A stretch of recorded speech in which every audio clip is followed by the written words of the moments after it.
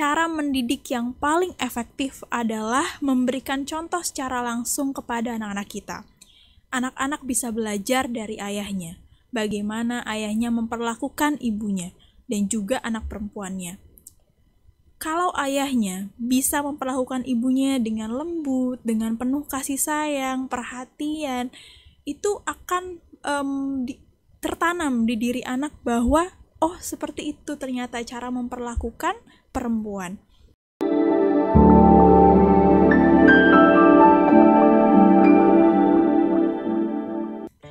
Assalamualaikum, halo ya Bunda dan seluruh sahabat Sakura. Bagaimana kabarnya? Semoga selalu dalam keadaan terbaik ya. Oke, sebelum kita masuk ke pembahasan kita, untuk yang belum subscribe, jangan lupa di-subscribe terlebih dahulu dan jangan lupa dibunyikan loncengnya. Dan terima kasih juga atas dukungannya selama ini terhadap channel Sakura. Semoga kedepannya channel Sakura bisa lebih berkembang lagi dan lebih bermanfaat lagi.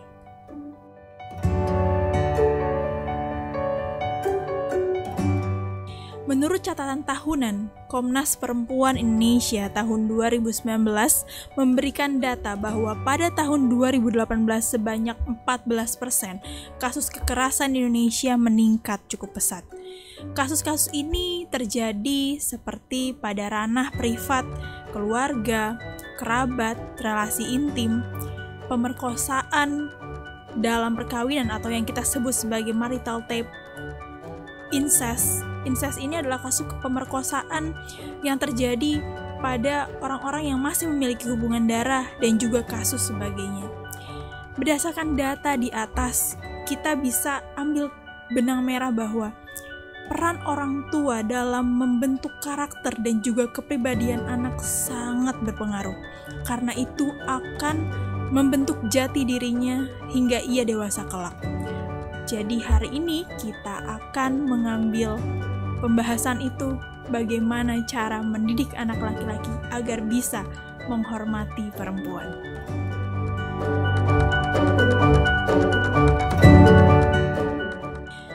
Mendidik anak laki-laki untuk menghormati perempuan sejak dini dapat mengurangi tindakan kekerasan dan pelecehan yang mungkin akan terjadi di depan sana. Kalau kita melihat kasus-kasus kekerasan terhadap wanita yang tidak pernah habis-habis, yang kita baca terus-menerus perilaku kekerasan dan juga pelecehan yang diterima oleh wanita, ini cukup menandakan bahwa ternyata pelaku ini kurang memahami bagaimana caranya untuk bisa menghormati dan menghargai wanita. Salah satu untuk bisa menumbuhkan pola pikir tersebut adalah dengan menumbuhkan empati di diri mereka. Menurut Dr. Karin Wiradharma dari Klik Dokter mengatakan bahwa pada usia 8 sampai dengan 9 tahun anak baru bisa memahami konsep berempati dan juga menghormati. Tapi pada usia 5 tahun, anak-anak sudah bisa memahami konsep kalau saya ingin diperlakukan baik, maka saya harus memperlakukan orang dengan baik. Jadi bisa kita tumbuhkan pada usia mereka mulai dari 5 tahun.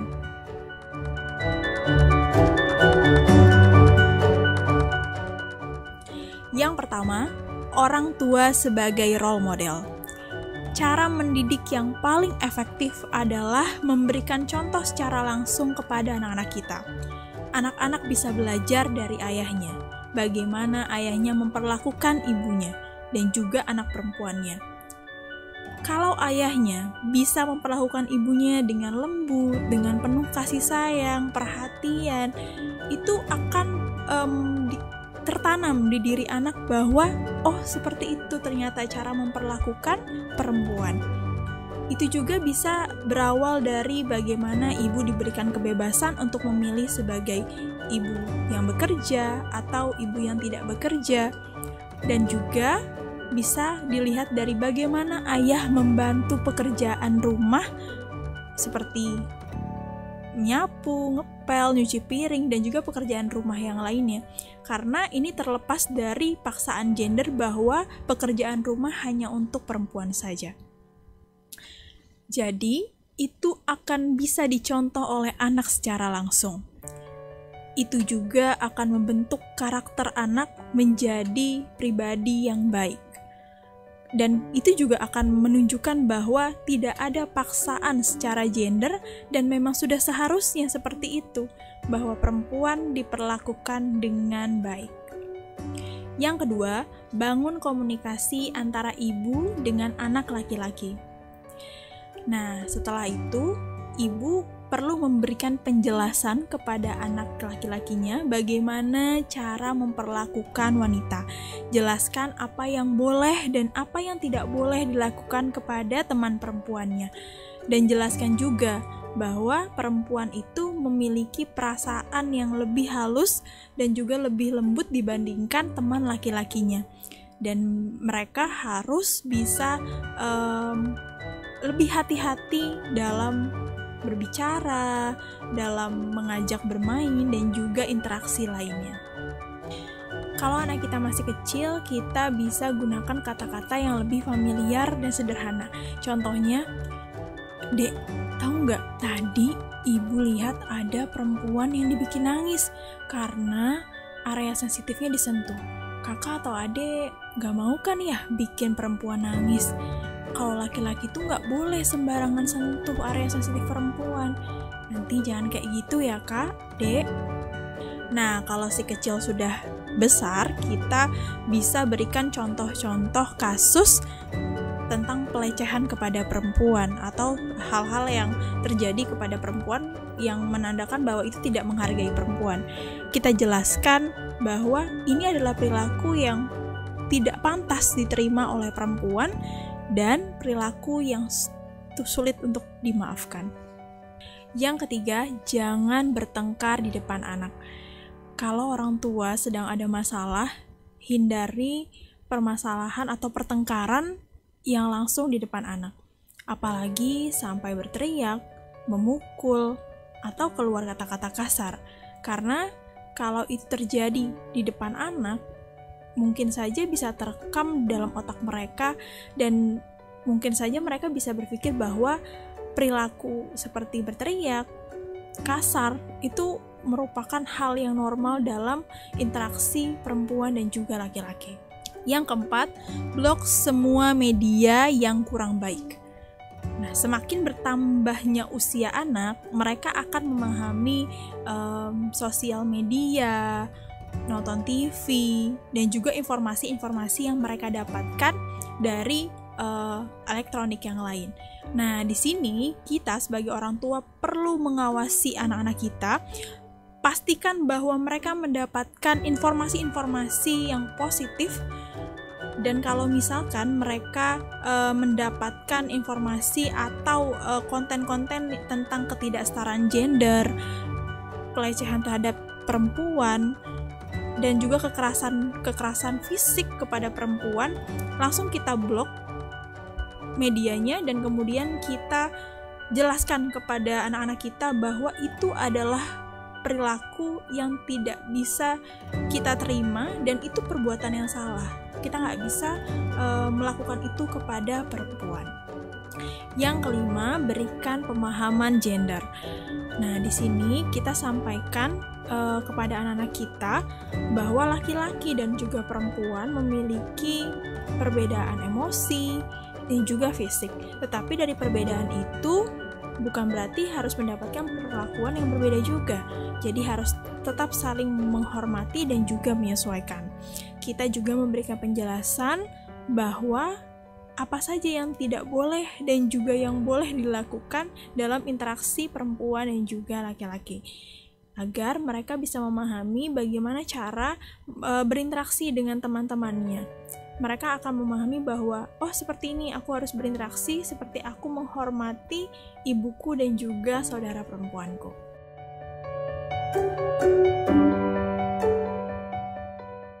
Jadi, ayah bunda, mendidik anak laki-laki untuk bisa menghargai dan menghormati perempuan bukan hanya berefek pada saat ini saja, tetapi akan berefek panjang di masa depannya kelak.